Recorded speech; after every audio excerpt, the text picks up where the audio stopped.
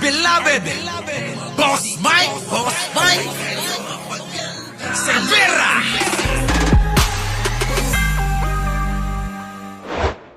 Pag-aresto kay dating Pangulong Digong, ang tunay na may pakanado po. Kita nyo ha, mga kababayan, pakinggan nyo maigi to.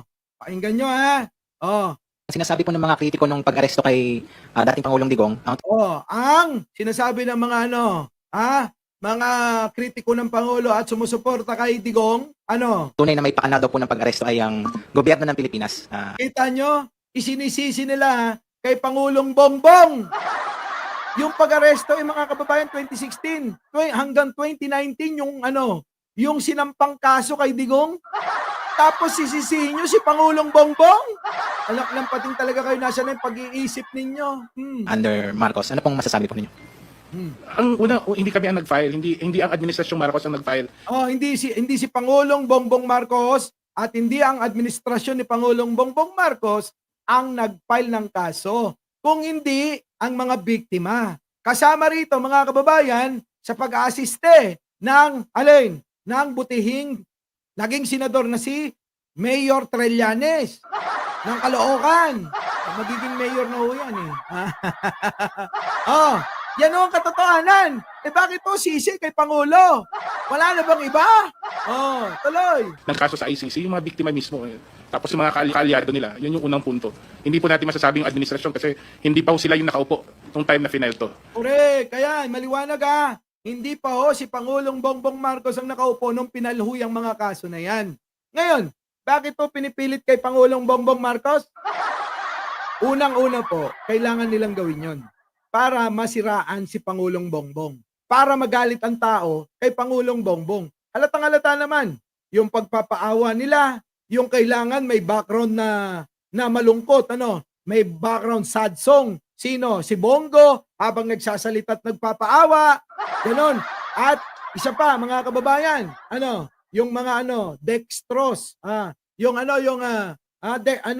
oxygen hose na hindi naman nakakagabit sa oxygen tank, yung nanghihina, yung mga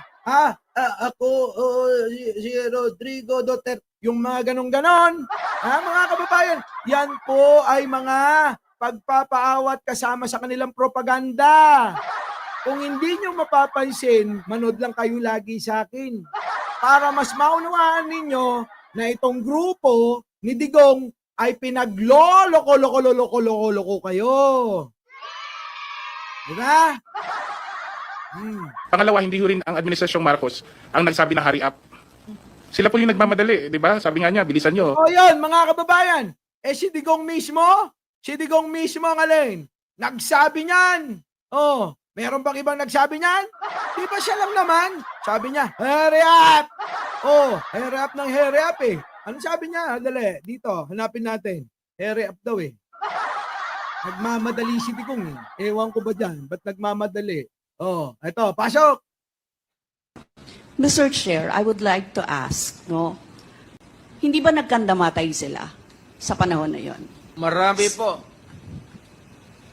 Sino-sino po ang mga pumatay? Wala akong listahan yan, ma'am. We have to go to the tawag nito. Hindi ko bit-bit. Ang bit-bit ko lang ho yung kindi. Mr. Chair, I would like to ask again, sa inyo po na karanasan, kayo mismo ba pumatay? Ako? Marami. Mga 6 o 7. So Ewan what- ko kung natuluyan yung, hindi ko na pinula up sa ospital kung natuluyan.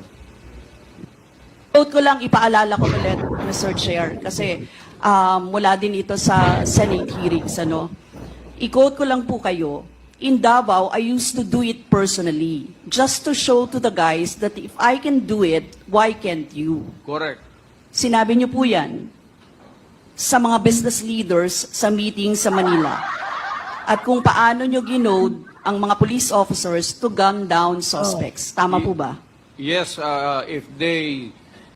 Huwag kang mag-alala, ma'am, sa security ko. Kasi may kinausap na ako na tao. Sinabi ko sa kanya, kapag pinatay ako, patayin mo si BBM, si Lisa Araneta, at si Martin Romualdez. No joke. No joke. Nagdilin na ako, ma'am. Pag namatay ako, sabi ko, huwag ka tumigil ha, hanggang hindi mo mapatay sila. Narinig nyo? And then he said yes. Kita nyo mga kababayan, yan ho yung sinusuportahan nyo eh. Oo, yan ho yung sinusuportahan nyo. Ito pa. In public, shoot. Tingnan nyo mga kababayan kung gaano kasinungaling. Yan ho yung sinusuportahan na ho ng mga DDS. Pakinggan ninyo. I never said in public, shoot to kill. Kaya may order rin ganyan. Shoot to kill. Walang pakialam dyan sa iyo. I don't give a shit kung anong... Ano yan? Digong versus Digong, mga kababayan. Salita ni Digong at salita niya. Salita niya noon at salita niya ngayon. Sinungaling. This campaign, shoot to kill, will remain until the last day of my term. My orders are sa police pati military. Shoot them dead. Kita nyo mga kababayan? Tapos, bakit ho kayo ngayon? Pinagtatanggol ito. Samantalang si Digong, mismo galing sa bunganga niya, yung pag-utos ng pagpatay na pinagbabawal sa mata ng Diyos, mata ng tao. Masama ang pumatay. Yan ang sinasabi ko sa inyo eh. Di ba? Tuloy. Mahirap kayo. Oh. Sige. Magtiis kayo sa hirap at gutom. Wala pakialam. Wala namang pakialam talaga sa atin yan. Mahirap tayo, walang pakialam sa mahirap yan. Magtiis tayo sa gutom tulad ng ginawa nung panahon yan. Ginawa niya yan. Kinulong tayo. Saan? Sa ating mga tahanan. Habang hindi tayo makapaghanap buhay. Tapos bibigyan tayo ng dalawang lata ng sardinas. Tapos trilyon yung kanyang inutang. Sige tayo nga mga kababayan, pag-isipin nyo yun. Isipin nyo maigi kung tama pa ba yung inyong pagsuporta dyan. Tuloy. I hate corruption. Hindi ako nagmamakalinis. I hate corruption daw mga kababayan. Hindi daw siya nagmamalinis. Tingnan nyo mga kababayan, pakinggan nyo to ha. I hate corruption. Hindi ako nagmamakalinis. Marami rin akong nanakaw pero naubos na. Kita nyo, kahit naman siya aminadong nagnakaw. Naubos na, kakatago niya kung saan-saan. Mga kababayan, ano pang gusto nyo patunay? Sa bunganga mismo nahuhuli ang isda. Tandaan nyo yan. Anong isda to? Shokoy.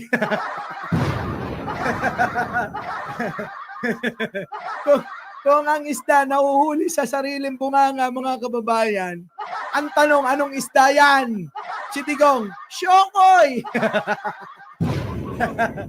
Tuloy. Pop, putang ina ka, umuwi ka na. Kita nyo, minura niya si Pop. Sabi ni, umuwi ka na. PI ka, umuwi ka na. Sabi ba naman, Yung minister ng Australiana. Nirate nila. Pilahan nila na ito. Nagalit ako. Nagalit daw siya kasi dapat siya daw nauna sa Australiana. Alam nga mga kababayan, ewan ko na lang. Tandaan nyo po to mga kababayan. Tandaan nyo sa mga kababayan, nasusulat. Eto mga kababayan, gagamit lang ako ng verse. Sorry naman hindi ko po ito ginagawa. Pero ngayon mga kababayan, para sa karagdagang kaalaman, gagamit ako ng verse. Wag ko kayo wala tayong pipiliin ditong relihiyon. Opo ito, panoorin nyo. Babalita ng kasinungalingan. Ayan mga kababayan. Konekta natin yung mga ginagawa nila Banat Bay, nila Maharlika, at ng maraming vlogger nila. Kaya natin hindi ginagawa ang pagbabalita ng mga kasinungalingan dahil nasusulat Exodus 23:1. Ano sabi? Eto kay Cho. Huwag kayong magbabalita ng kasinungalingan. Huwag kayong magbabalita ng kasinungalingan. Ayan po. Sabi po mismo yan sa banal na kasulatan. Bakit po ginagawa ng mga DDS yan? Sasabihin nyo, Hindi naman. Kaila pa ba sa ating malilinaw ang kaisipan na yung ginagawa ng mga kampo ni Digong ay lantaran talamak ang puro fake news at kasinungalingan? Pero bakit ho? Bakit ho? Sinasabi nila mga kababayan, ay Lord, gabayan nyo si Digong. Paano nyo gagabayan yung taong hindi naman naniniwala sa Diyos? At paano naman mananawagan yung mga taong sumusuway sa kautusan na mismong galing kay bro? Kita nyo kung gaano mga kaipokrito? Makinig kayo. Eto na. Asok. Huwag kayong magbabalita ng kasinungalingan.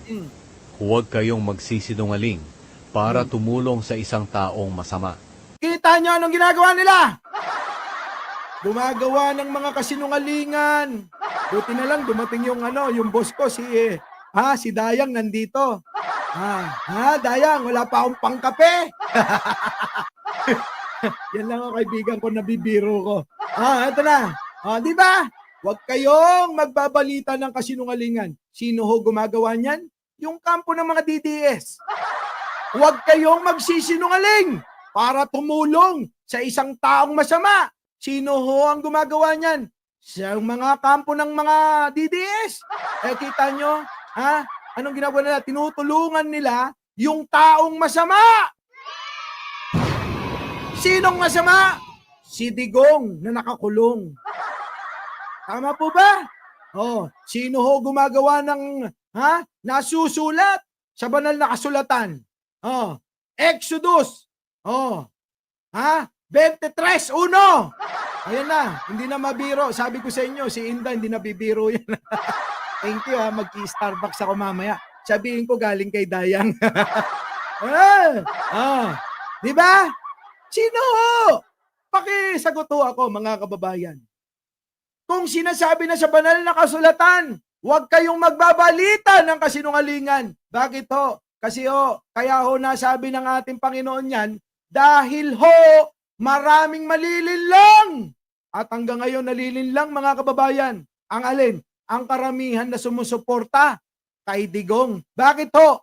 Nilalason ang paniniwala at isipan ng mga tagabalita nila. Kita nyo mga kababayan ko? Maliwanag na maliwanag yan. Ano pa sabi rito? Huwag kayong magsisinungaling para tumulong sa isang taong masama. Sino ho ba ang mga tumutulong kay Digong? Paki-comment naman. Di ba mga kababayan? Yan na nga eh. Tapos tatanungin nyo kung sino ang mabuti at kung sino masama. Di, maliwanag na mga kababayan na sila'y pumapanig saan? Sa kampo ng masasama at sa kadiliman. Ganun lang yung kasimple. Ang liwanag, di ba? Baby Nunez, thank you naman.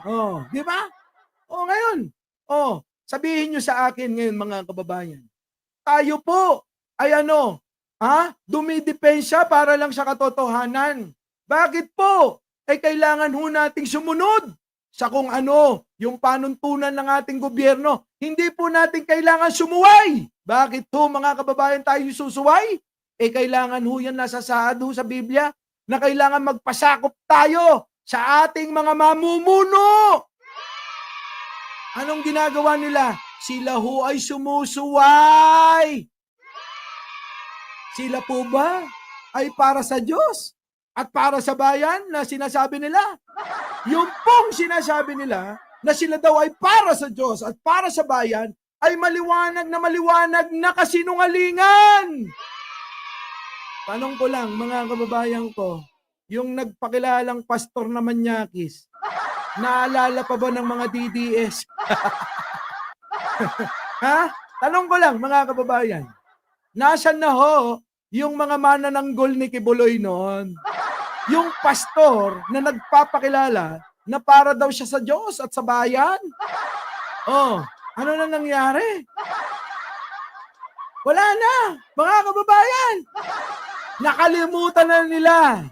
Kung ngayon nakalimutan na nila, yung halos ibuwis nila yung buhay nila, kakantanggol kay Kibuloy, Wala. Malayong, hindi rin malayo mga kababayan.